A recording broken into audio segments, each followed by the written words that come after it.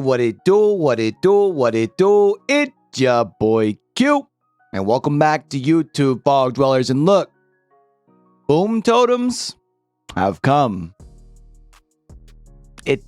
It doesn't seem to quite have the same pop that it did with Pinhead, huh? Does it?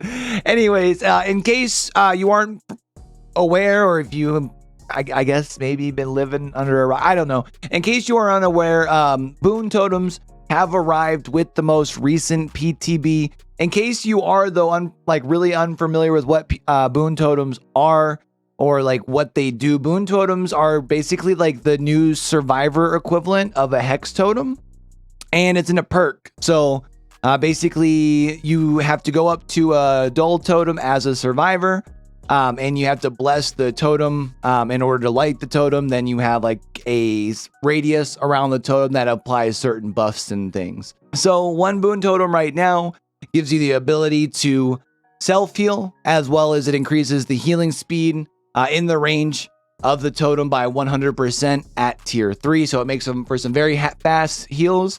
And also that 100% speed bonus stacks on top of the self-healing. So you can self-heal really, really fast. And then the other Boon Totem perk that we have thus far makes it so that you don't leave scratch marks, or also that you don't have like any aura reveals, like say through barbecue and chili or anything like that, while you're within that 28 meter range as well. And like with that being said, as far as like the percentages and the distance, that's just as far as what they have right now live in the PTB.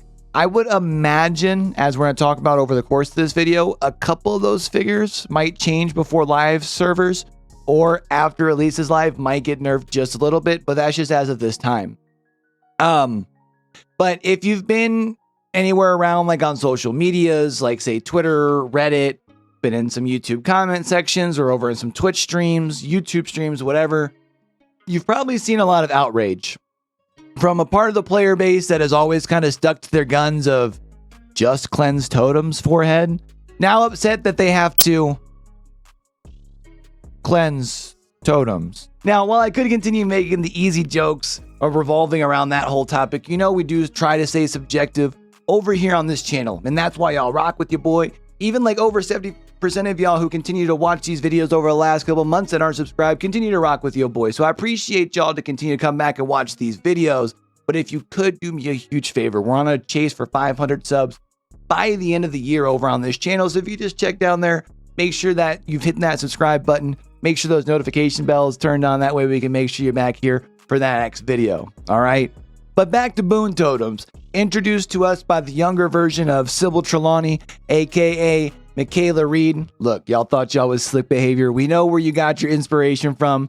And while I think both of the Boon Totem perks that have been introduced to us thus far are strong for sure, I think we're really jumping the gun if we're going to start really calling them broken or OP, which I'm seeing a lot of the community do.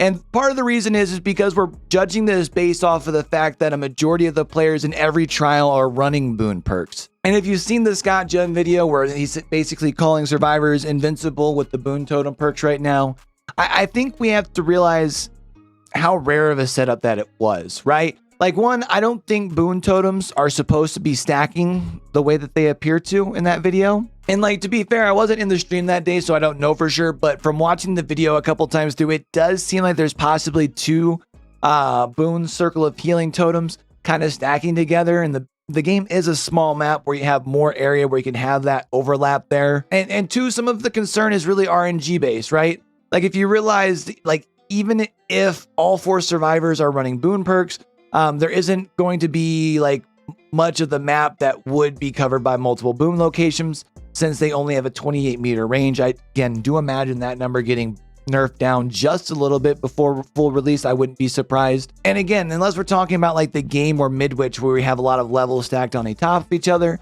they're pretty big maps, right? And I think most importantly is number 3. While Boon perks, even in their current state, may be very, very strong, like the real question is, what meta perk do you think is going to like slide to the side while we see Boon Totems, whether it be the healing or the shadow step, get moved into the meta? Like, is it DS, Unbreakable, Deliverance, Borrowed Time, Iron Will? And I'm not asking this sarcastically, like I'm serious. Like if you think that this is something that's meta shifting, like I'm legitimately interested. Like what do you think is the perk that gets replaced by these Boon Totems? Like definitely feel free to let me know in the comments down below, okay? But like if we end up seeing less of those meta survivor perks that I was just talking about anyways, like isn't that kind of a win if you think about it? Because we haven't really had any new perks introduced to the meta in quite some time, right?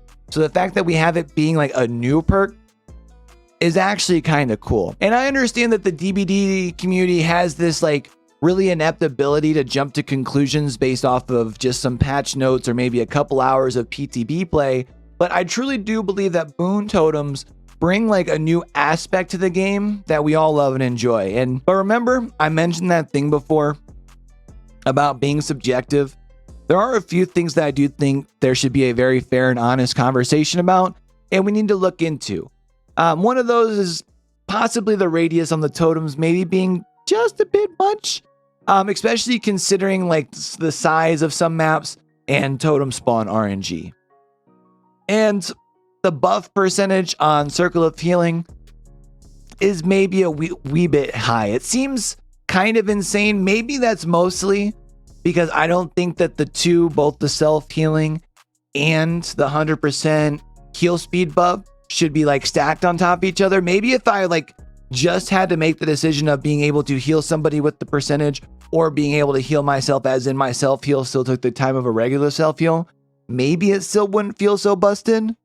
I'm not really sure, because if you think about it right now with the new key nerf coming, which if you haven't seen that, we've got some couple things reviewing as far as the overall patch notes that we've got coming out with the mid chapter. But with the new, key and hatch spawn nerfs, really med kits are, if you think about it, they're the strongest item in the game, right? You're essentially giving survivors a potentially unlimited med kit actually with this perk. And again, especially because the self-heal really is so fast. I don't know if that's operating as intended or not. I'm not sure if you're meant to be able to heal yourself and get the bonus. So maybe if anybody happens to know offhand for sure, definitely feel free to let me know down in those comments. But while we're talking about unlimited use, we need to talk about something that I think is kind of a big topic, it seems to be, which is this whole blessing hex totem things. And this is coming from someone who like majorly plays Survivor, especially when we stream over on my channel over on Twitch. Link is always going to be down in the description below. But look, if a killer can't reignite a hex totem, then is it really fair if a survivor can re-bless the same totem? Like, think about that in full context. Let me know that answer down below. I think if you make it so that a survivor isn't able to re-bless the same totem, it adds a little bit of fun strategy for like the player or team using the perks while adding a little bit of restriction. I do think that it adds a little bit of fun strategy for a player or even a team if multiple people are running Boon Totems. As far as like being able to utilize the perk while adding a little bit of restriction, because again, I do think they feel maybe just a little bit too strong. And I also think that survivors should be met with a decision when it comes to finding hex totems. Like, you either destroy the hex totem or not. Again, this adds strategy into the whole gameplay. This does allow killers, if they want to avoid having to deal with Boon Totems as much, they can bring in more hex totems.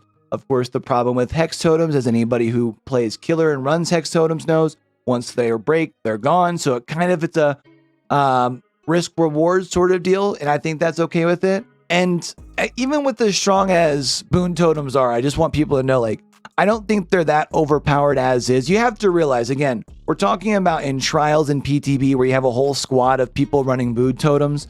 The reality of seeing a full squad running Boon Totems, I think, once this hits live servers, at least after the first couple of weeks of the course, you're going to have a whole bunch of people who didn't get to try it on the PTB, kind of playing around with Boon Totems. But I think like running into a squad of Boon Totem users is going to be like running into like a Sabo boil over breakout squad. You know what I mean? Like they're annoying to deal with, sure, but I don't think you're going to be running into them as much as possible. But that's just me. I don't know. Oh, and also, Boon Totems are loud. Don't you guys think? I didn't play the killer side, so I don't know how loud it is for their side, but they are loud for the survivor. I hope they turn that down. Please and thanks. But otherwise, really that wraps up the video here. Again, I really just think people are overreacting because, again, we're seeing so much of it during the PTB. I'm really excited to see, one, what Boon Totems look like upon live release, and then how they actually feel in implementation, like as far as in live servers, how often we're seeing them in trials, stuff like that. And then also kind of excited to see what other Boon Totem perks behavior brings to us in the future, especially because I think we're kind of at the point where maybe behavior should focus on some original chapters for a little bit, not worry about some licenses. That way they put a little bit less pressure on themselves and don't put themselves in a box so much. But if you guys enjoyed the content, do me a huge favor, leave a like and a comment. That's going to help us out with that good old YouTube algorithm, get our content in front of more people. And of course, as I talked about earlier, we are on that chase for 500 subs over here on the YouTube. So if you can make sure that subscribe button's hit and ring those notifications, it would really mean the world to me. All right? And until we catch you over on our channel, or until we catch you back for the next video, don't forget, with everything crazy going on in the world today, be true, be you, be sincere, game hard and love harder. It's your boy Q, signing out. If you ain't show something, you just don't wanna be. You wanna be me, but you will never be as fresh as see you in.